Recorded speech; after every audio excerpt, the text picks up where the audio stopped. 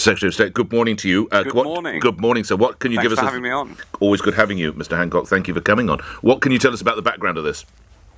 Well, over the last few months, we've massively expanded the amount of coronavirus testing as a country and now have one of the biggest testing programs in the world. But I am not satisfied with that because we know that other than social distancing, testing is one of our primary defenses against the virus. It's one of our big lines of defense to find the people who are positive and for them to isolate, their contacts to isolate so that we stop the spread of the virus. But at the moment, that is working, that's effective. But the tests have to go off to a lab. It takes normally 24 hours for them to come back.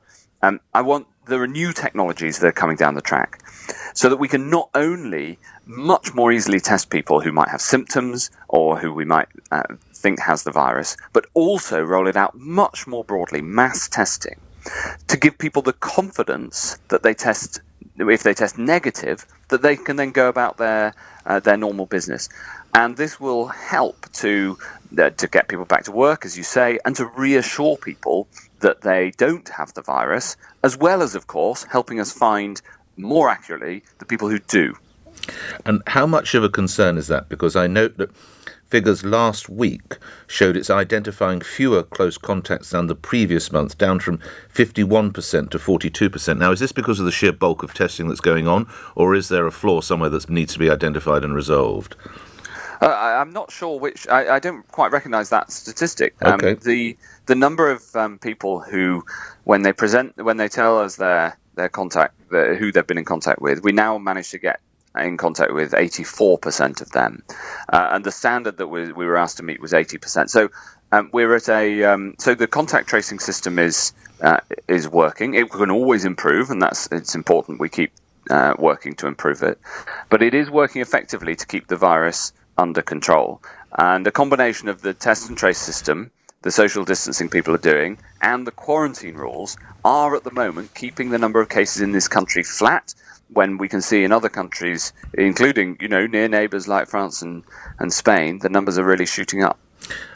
You're probably aware of what's being said out at Heathrow Airport. Secretary of State John Holland-Kay, who's the chief executive there, is saying airport corona tests are desperate. We're playing quarantine roulette. He talks about the impact on air travel, and of course this as a number of staff at Heathrow Airport are either being put on half-time or being laid off. Where are we with the idea of tests at airports?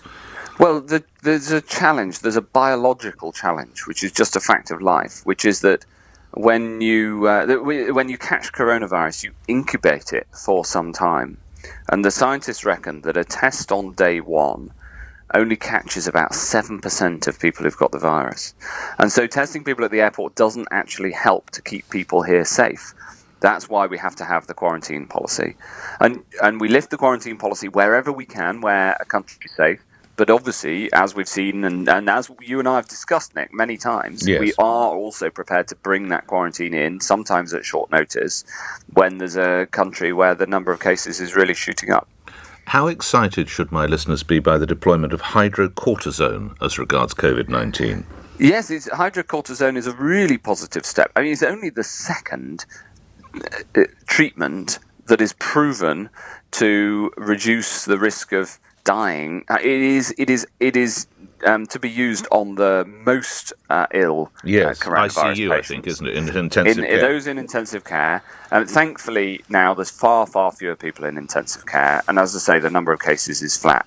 But nevertheless, it's another big step forward. It's another big fillip for British science. And it absolutely will help to save lives. So you and your colleagues in the health department are working flat out to improve the health of the nation so that we can all come back to work. It is said to be one of Prime Minister Boris Johnson's prime objectives, and yet I read that a campaign that was meant to be starting at the end of this week has now been put back until next week, of a series of advertisements and a social media drive to get us all to go back to our respective offices and places of work. Why has it been delayed? Well, I don't think it particularly has. I haven't seen that story, but the message is really clear. Front page of the Daily Telegraph. You need to have a word with some of your colleagues that they've not made you aware of it. The message is really clear, which is that that people should feel confident to go back to work where their workplace is COVID secure. The COVID secure rules are really clear now, well understood by businesses, by employers. Of course, over the past few months, lots more people have been working from home, but people should have the confidence. And then the new testing that we're introducing will, I hope, help to build that confidence yet further. But that was the idea of this campaign. I say again, why? A and one, were you aware of the campaign? And if you were, B and two, why has it been suspended? Well, I'm aware of it, but I don't think that it has. But it was due to start tomorrow.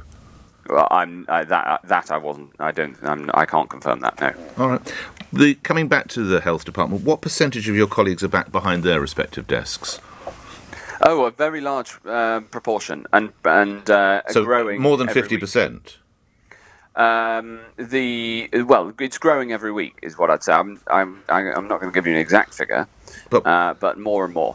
But I mean, a large proportion means it's 50. Sorry. The thing about my department is that we've been pretty full all the way through, Nick, because we've been doing all of the, of the response. The testing team on the second floor. The whole health department has had to work incredibly hard during this. But your office staff, would you say more than 50% of those men and women are back behind their desks? Well, I haven't got the figure on the top of my head, so I'm not going to say. But what I'm saying is more and more. But you don't actually know the precise number? Well, not this week, because it keeps increasing. All right, okay. To other matters, just a quick word on this if you can. I appreciate this is not your brief, but there are concerns about what's called the immigration crisis, the migrant crisis in the English Channel. It's been another day.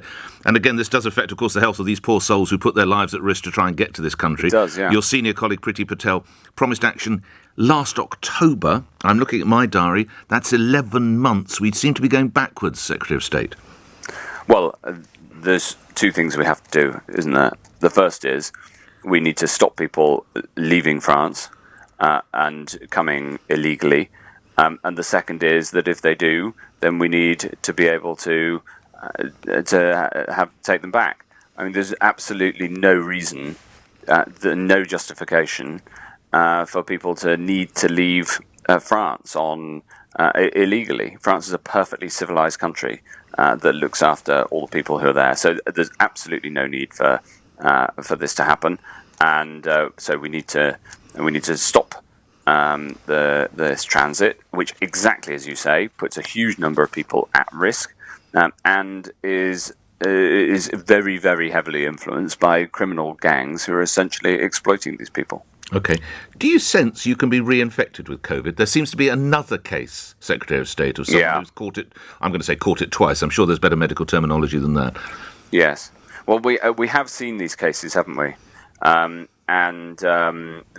scientists in the department are looking very closely into it, but it does appear that these cases of reinfection are credible. The question is how many there are, and also how dangerous it is if you catch it again, and how infectious you are if you catch it again. As in, do you get just a much smaller dose? Yes. So there's a lot of very important scientific questions that we're doing a huge amount of work into trying to understand it from the relatively few number of cases that we've seen so far. Final point as I conclude our conversation. I've had the privilege of asking you questions for these last 4 or 5 months, whatever it's been. You are aware that next week we launch Call the Cabinet here on LBC, and you will be asking questions directly from my listeners. What are you hoping to hear? How important is that for you and your colleagues? Yes, I'm really looking forward to it. I find that engaging directly with the public on programs like yours is incredibly. It's just incredibly important, especially in these unprecedented times.